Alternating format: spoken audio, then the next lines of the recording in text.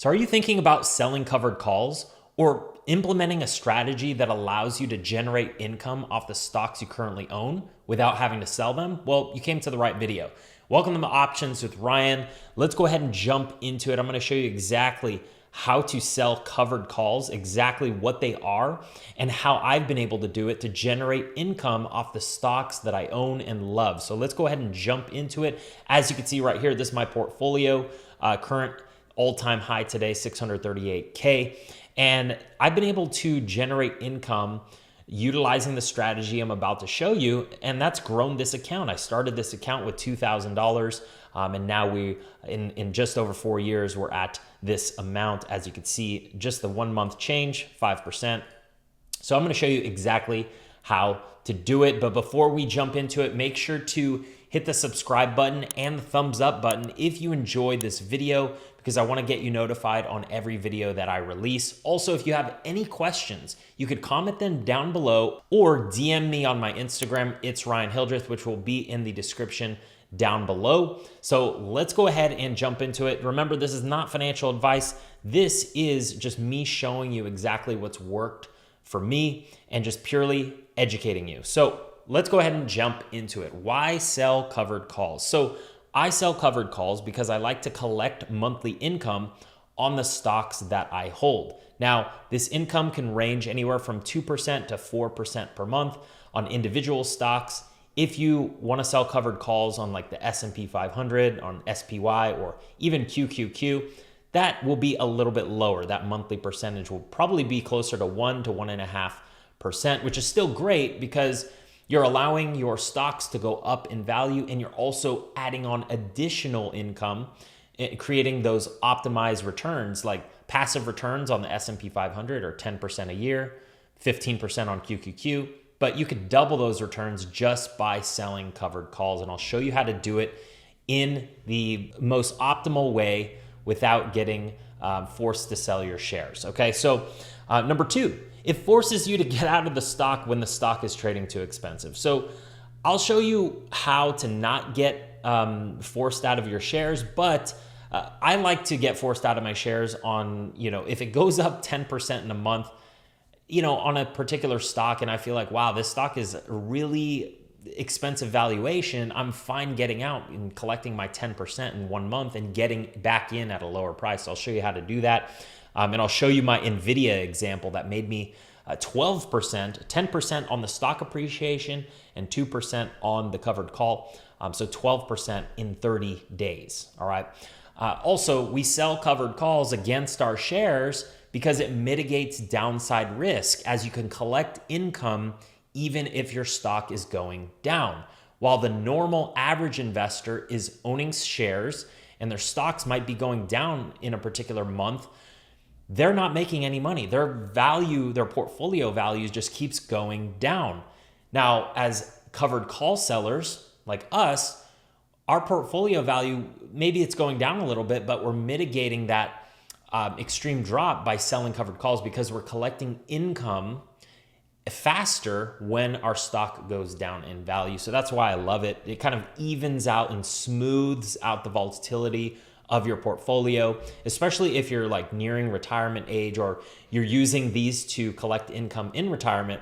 This is a perfect strategy. Before we jump into my trading platform, I quickly want to show you how a covered call looks, how the mechanics of it look. Okay, so what we're gonna do, and I'll jump into the trading platform and show you exactly which ones to sell, but we wanna sell a 20 to 30 delta, which means it has a 80% chance of expiring worthless or 70% chance of expiring worthless, 15 delta if you're really bullish on your stock. So let's kind of go over that. Let's just say we owned a stock at 170, and then we go ahead and sell a 185 call against our shares and collect, I don't know, $200-300. Basically, if the stock, as long as the stock stays below 185, you collect your $200-300, and you could go ahead and do it all over again next month. Sell a covered call at the same strike or maybe a little higher if the stock is trading somewhere in here, like 175 or 180, right? Now, what happens if the stock goes past 185? If the stock goes past 185, by expiration of your covered call, you will be forced to sell your shares at 185. So if it's trading at 187, you'll be forced to sell your shares at 185. And then now you'll have cash to be able to sell puts to get back into the stock. Or if you want the stock, you just buy it. Now, if the stock, let's just say if the stock goes below 170, okay, which this happens for normal investors, their stocks go down below where they bought it, that's fine because you're generating income off the covered call. So that's cool. You could keep selling. Like, let's just say it kept going down and down every month. The stock at 3 months out, it went down to like 160. You could go ahead and keep rolling your calls down to, 180, 178, 175, even 170, but you don't want to roll your calls below 170. You don't want to sell calls below 170 because that's your cost basis. So for instance, if the stock went down to 167, you sold a 169 call, all right, against your shares at 170, and the stock went back up to 170, you'd be forced to sell your shares at a small loss. So that wouldn't be good. You never want to sell calls below your cost basis unless you plan on getting out of the stock. You're like, you know what? I collected my call income. I'm done with this stock. I just want to get out of it.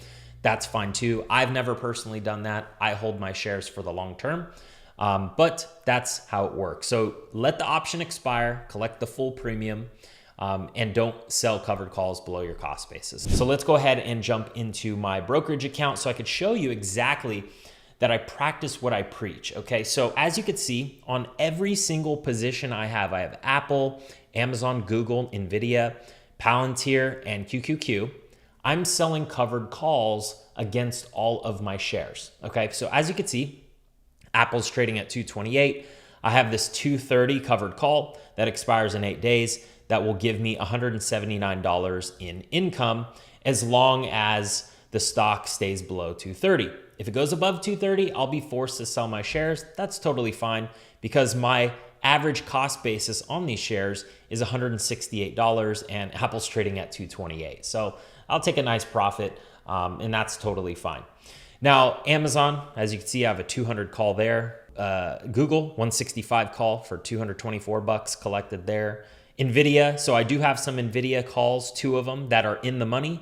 I'm gonna collect $500, but I'm gonna be forced to sell my shares at 130. That's totally fine because I was in at 117. So that's a profit, right? A good 12% profit there, plus another 2 or 3% on the covered call. So I'm making like 15% in 30 days. All right, so let's go ahead and dive into it. I'm gonna show you exactly what I would do if I had 100 shares of a stock. Now, you could only sell covered calls if you have 100 shares of a stock. All right, now we can go over a bear credit spread or a bear call spread, which will allow you to get bearish on a stock and sell a covered call, but you're kind of mitigating your risk by buying a call that's higher. You're defining your risk, but we'll get into that later. That's for small accounts. This is for like if you own 100 shares of Palantir, for instance, which would be it's trading at $43 right now. So that'd be $4,300. Okay, this is perfect. I usually only do this for if I own 100 shares. All right, so let's go ahead and dive into it. Now let's do Nvidia. Let me talk about my Nvidia example. So I had the shares. Basically what happened is Nvidia in August came down. I was selling puts at like 95, 100, and 105, okay? Now, I didn't expect Nvidia to come down that far, so I ended up getting assigned the shares on the puts that I sold. They were in the money, and by expiration, I was forced to buy 100 shares at a discount, which I was fine with, but I was forced to buy 100 shares down here. So what I did immediately after getting assigned those shares on the puts that I sold, and if you don't understand what that is, I have a link to a full options beginners tutorial that's 43 minutes long in the description. But basically now I had 1,000 shares of Nvidia. So what I did was I immediately sold covered calls against those shares, okay, that I owned at 95, 100, and 105, but I sold the covered calls up here at like 120. Then, of course, in the next 30 days, Nvidia went past 120. It went all the way up to almost 130, or it did go up to 130, and I was forced to sell my shares at 120. But that's fine because I made like 10 to 15% on all of those shares.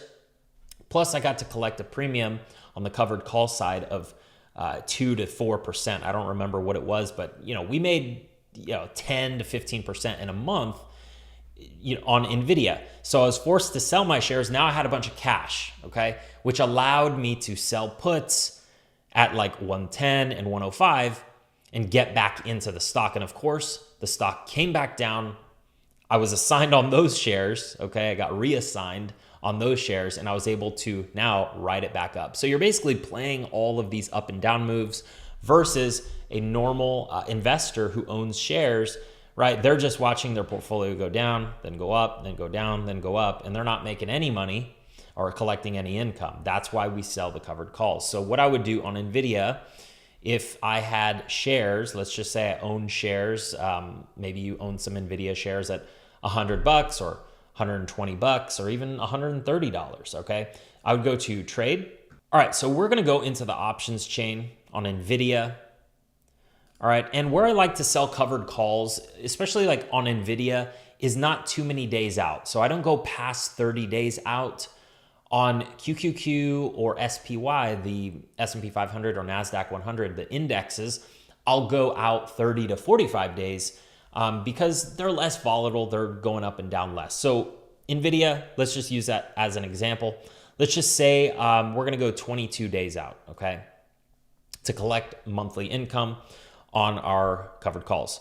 Now I can go out to the, let's just go out to the, I don't know, 26 delta. That's perfect, 26 delta. So if you want to be very safe and you're like, hey, Nvidia is bullish right now, it could probably go up to, maybe 145 or 144, right? And you don't want to get rid of your shares, then you'll do a 26 delta or less, okay? Maybe 26, maybe even all the way down to like an 18 delta. You want to collect enough premium that's worth your while, but you don't want to be too close to the money because if Nvidia goes past your calls, you'll be forced to sell the shares. So let's go ahead and open a calculator. All right, so we are going to sell the 26 delta, which has a 26% probability of being in the money. So it has a 26% chance that Nvidia could actually go past our covered call, but we're gonna sell this, okay? So it's a high probability for us. So we're going to basically, let's calculate how much we'd actually make on the share appreciation if it did go all the way up to 146. So let's do the math there. 146 minus 134, where it's trading right now. 12 divided by 134. That's about 8.9%. Let's just round up. That's 9%. So if it did go past your calls, your covered calls, you'd make 9% there, and plus you'd make the percentage on the premium. So let's do, the premium is 215 divided by where you'd be forced to sell your share, so 14,600. All right, that's an additional 1.4%. So you'd make over 10%, 10.5% on your money in 22 days if Nvidia did happen to go past 146, all right? But if it doesn't, you just collect an extra 1.5% on your money in cash premium, which is great because you own the stock, so you're waiting for it to go up. Plus you're collecting like 1.5 to, if you wanted to get closer, sometimes I'll sell the 30 delta, you can collect even more money. Like if we sold the 144 for 265 bucks, okay, 260, let's do the math, 265 divided by 14,500, right? That's almost 2%. You collect almost 2% on your money every single month. So you could see how this can compound and add up, even if you were collecting 1.5% throughout the year in covered call premium, okay? That's 18% additional on top of your stock. So if you're generating 10% plus 18%, that's 28% in a year you generated off your stocks by selling covered calls. Okay. Now, what could happen, like for instance, if you got or you don't want to sell the shares, okay? If Nvidia goes past your covered call at 146 and you don't want to sell the shares, then you'd have to close out this trade at a loss, which I don't like to do. I'd just get rid of the shares, but you could close it out at a loss and then go out further in time, like 50 days out or 60 days out. We'll just go 71 just for example purposes. And you could go sell, that same strike price or even higher. You could go out like up 5 points. So let's just say we sold the 146, you'll go up to like 150 or 152 and you can collect $6.40, which is $640. So you close out your current calls at a loss. Maybe it's like a $200, $300, $400 loss. And you'd go sell this covered call for $600.